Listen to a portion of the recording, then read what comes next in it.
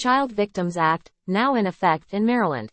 Here's what it means for sex abuse survivors. Baltimore. A major new Maryland law went into effect on Sunday, the Child Victims Act, which eliminates the statute of limitations for child sexual abuse cases.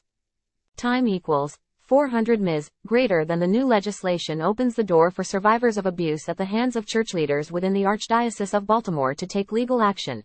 The Archdiocese of Baltimore filed for Chapter 11 bankruptcy last week ahead of the law going into effect.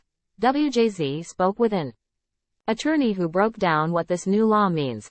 He also explained to us how the Archdiocese of Baltimore filing for bankruptcy will affect any potential future lawsuits against the church. Earlier this year, the Maryland Office of the Attorney General released a 456-page report detailing decades of alleged abuse by about 150 people connected to the church. The report says there are more than 600 victims. In anticipation of the lawsuit, the Archdiocese filed for bankruptcy last week.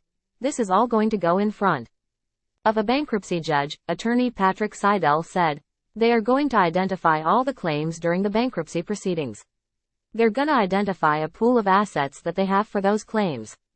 And then they're going to cut up the pie, so to speak, and distribute what they have to the people who file their claims. Seidel explains why the church would file for bankruptcy. I think the Catholic Church just filed the bankruptcy proceeding, because once that concludes, if you don't file your claim within that proceeding, there's not going to be a mechanism for you to recover any amount of money, Seidel said. So it kind of shields them from a full payout for each victim. Archbishop William Lori issued a statement last week that said filing for Chapter 11 is the best way to compensate survivors, and he expects the process to last about 2 to 3 years.